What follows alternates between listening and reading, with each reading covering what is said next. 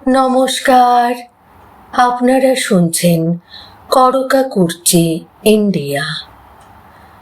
Uttam Kumar special পর্বে আজকের পর্ব অভিনয় নয়, স্বাভাবিকতাকেই করেছিলেন শিল্প। অভিনয় করতে গিয়ে যিনি অভিনয়টাই লুকিয়ে ফেলেছিলেন তিনি উত্তম কুমার। ক্যামেরার সামনে দাঁড়িয়ে সংলাপ বলা সহজ, কিন্তু এমনভাবে বলা যেন সংলাপ নয়, মানুষটির নিজের জীবনের কথা। সেটাই কি অভিনয়ের সবচেয়ে বড় সাফল্য নয়? উত্তম কুমার সেই কঠিন কাজটাই করেছিলেন। বাংলা সিনেমার ইতিহাসে অনেক নায়ক এসেছেন, কেউ তার চেহারা দিয়ে মনে জায়গা করে নিয়েছেন, কেউ কণ্ঠস্বর দিয়ে, কেউ বা অভিনয়ের নাটকীয়তায়। কিন্তু এমন একজন মানুষ ছিলেন যাকে দেখলে কখনো মনে হতো না তিনি অভিনয় করছেন। মনে হতো তিনি শুধু বেঁচে আছেন, কখনো প্রেমিক হয়ে, কখনো স্বামী হয়ে, কখনো অসহায় মানুষ হয়ে, কখনো সাধারণ মধ্যবিত্ত বাঙালি হয়ে। আর এখানেই লুকিয়ে আছে উত্তম কুমারের অভিনয়ের সবচেয়ে বড় রহস্য, স্বাভাবিকতা। আজকে করকা কুর্চি ইন্ডিয়ার এই গল্পে সেই স্বাভাবিক অভিনয়ের কথাই আপনাদের সামনে আমি তুলে ধরব। চলুন তাহলে শুরু করি। অভিনয়ের মধ্যে অভিনয় লুকিয়ে দিয়েছিলেন তিনি। উত্তম কুমার অভিনয়ের ক্ষেত্রে খুব বেশি শারীরিক কসরত বা কণ্ঠস্বরের প্রদর্শনীর পথে হাঁটেননি। তিনি জানতেন ক্যামেরার সামনে বেশি কিছু করার চেয়ে কম করে বেশি অনুভব করানো অনেক কঠিন। প্রথম জীবনে তার অভিনয় তাই কারো কারো কাছে হয়তো একটু নিষ্প্রভ মনে হয়েছিল, কিন্তু সময়ের সঙ্গে সেই স্বাভাবিকতাই হয়ে উঠল তার সবচেয়ে বড় শক্তি। কারণ উত্তম কুমার বুঝেছিলেন একটি অত্যন্ত গুরুত্বপূর্ণ কথা, সিনেমার অভিনয় আর মঞ্চের অভিনয় এক নয়।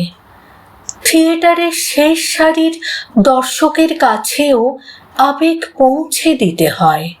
সেখানে শরীরের ভাষা বড় হতে পারে, কণ্ঠস্বরও হতে পারে জোরালো, কিন্তু সিনেমায় সেখানে ক্যামেরা আপনার চোখের খুব কাছে। একটি চোখের দৃষ্টি, ঠোঁটের সামান্য নড়াচড়া, এক মুহূর্তের নীরবতা অনেক সময় একটি দীর্ঘ সংলাপের চেয়েও বেশি কথা বলে।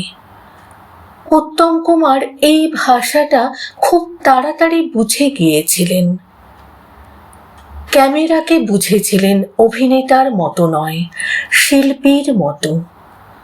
উত্তম কুমারের অভিনয়ের আর একটি বড় বৈশিষ্ট্য ছিল তার ক্যামেরা সচেতনতা। ক্যামেরা কোথায়, কোন অ্যাঙ্গেলে তাকে দেখা হচ্ছে, ক্যামেরা কিভাবে মুভ করছে, কোন মুহূর্তে মুখ ঘোরালে অনুভূতিটা বেশি স্পষ্ট হবে, এই সমস্ত বিষয় তিনি অভিনয়ের সঙ্গে মিলিয়ে নিতে পেরেছিলেন। তাই তার অভিনয় কখনো ক্যামেরার সঙ্গে লড়াই করেনি, বরং ক্যামেরা যেন তার অভিনয়েরই অংশ হয়ে গিয়েছিল। এটাই একজন চলচ্চিত্র অভিনেতার বড় শিক্ষা। ক্যামেরাকে ভুলে গিয়ে অভিনয় করতে হয়, আবার ক্যামেরাকে বুঝেও অভিনয় করতে হয়। উত্তম কুমার এই দুইয়ের মধ্যে সেই সূক্ষ্ম ভারসাম্যটি তৈরি করেছিলেন। তার কণ্ঠস্বরও ছিল অভিনয়ের অস্ত্র। উত্তম কুমারের অভিনয়ে শুধু মুখের অভিব্যক্তি নয়, তার কণ্ঠস্বরও ছিল অসাধারণ গুরুত্বপূর্ণ। তিনি জানতেন কোথায় স্বর নিচু করতে হয়, কোথায় একটু থামতে হয়, কোথায় শব্দের ওপর জোর দিতে হয়। আর তার বাচন ভঙ্গি স্পষ্ট, সংযত এবং সহজ। কোনো সংলাপকে কৃত্রিমভাবে বড় করে তোলার চেষ্টা নেই, বরং মনে হয় এই কথাটাই তো একজন মানুষ স্বাভাবিকভাবে বলবে। সেখানেই তার অভিনয়ের জাদু। কমার্শিয়াল সিনেমা ও শিল্প দুটোকেই গ্রহণ করেছিলেন।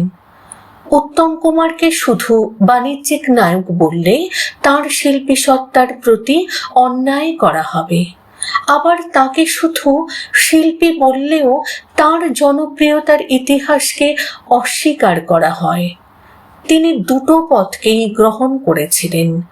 জীবিকার জন্য প্রয়োজন ছিল বাণিজ্যিক সিনেমার, দর্শকের ভালোবাসার জন্য প্রয়োজন ছিল জনপ্রিয়তার, কিন্তু শিল্পীর মনের জন্য প্রয়োজন ছিল এমন কাজের যেখানে নিজের অভিনয়কে নতুন করে আবিষ্কার করা যায়। উত্তম কুমার কোনোটাকেই অস্বীকার করেননি। তিনি সময়ের সঙ্গে হেঁটেছেন, আবার শিল্পের চিরন্তন সত্যকেও আঁকড়ে থেকেছেন। এই কারণেই তার অভিনয় শুধু একটি নির্দিষ্ট সময়ের সম্পত্তি হয়ে থাকেনি। কেন আজও উত্তম কুমার প্রাসঙ্গিক? সময় বদলেছে, সিনেমার ভাষা বদলে গেছে, ক্যামেরাও বদলেছে, প্রযুক্তিগত দিক বদলেছে, দর্শকের রুচিও বদলে গেছে। তবু উত্তম কুমারের অভিনয় পুরনো হয়ে যায়নি, কারণ প্রযুক্তি বদলায়, ফ্যাশন বদলায়, অভিনয়ের ধরন বদলায়, কিন্তু মানুষের অনুভূতি বদলায় না। প্রেমে মানুষ আজও চোখ নামিয়ে নেয়, অভিমানে আজও নীরব হয়ে যায়, কষ্ট পেলে আজও গলার স্বর বদলে যায়, ভালোবাসলে আজও চোখ কথা বলে। আর উত্তম কুমার সেই মানবিক ভাষাটাই পর্দায় ধরেছিলেন। তাই তার অভিনয়ের সঙ্গে প্রজন্মের দূরত্ব তৈরি হয়নি, বরং নতুন প্রজন্মও তাকে দেখলে কোথাও না কোথাও নিজের পরিচিত একজন মানুষকে খুঁজে পায়।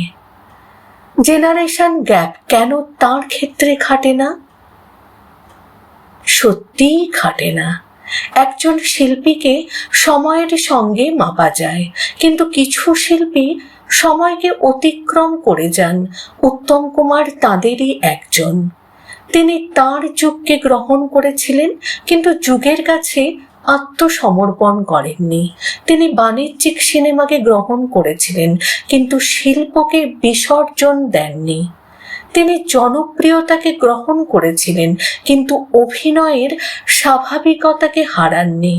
তাই আজও তার সংলাপ শুনলে মনে হয় এই মানুষটি আমাদের সময়েরও মানুষ। এই কারণেই তার ক্ষেত্রে জেনারেশন গ্যাপ কথাটা যেন সত্যিই খাটে না। উত্তম কুমারের অভিনয়ের সবচেয়ে বড় সৌন্দর্য হয়তো এখানেই। তিনি কখনো আমাদের বোঝাতে চাননি যে তিনি একজন বড় অভিনেতা। তিনি শুধু চরিত্র হয়ে উঠেছিলেন।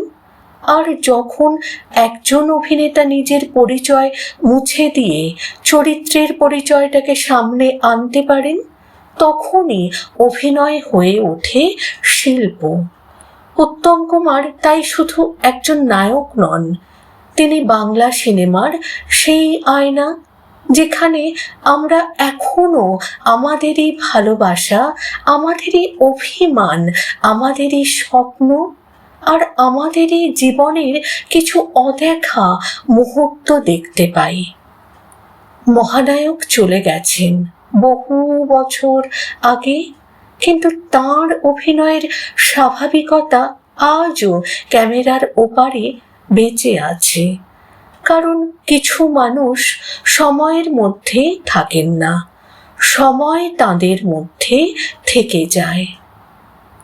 অভিনয় শেষ হয় ক্যামেরা বন্ধ হলে, কিন্তু মহান শিল্পীর অভিনয় শেষ হয় না কখনো।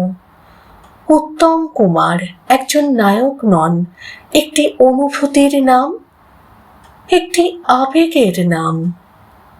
করকাকুচ্চি ইন্ডিয়া বাংলা সিনেমার স্মৃতি, গল্প আর না বলা কথার ঠিকানা।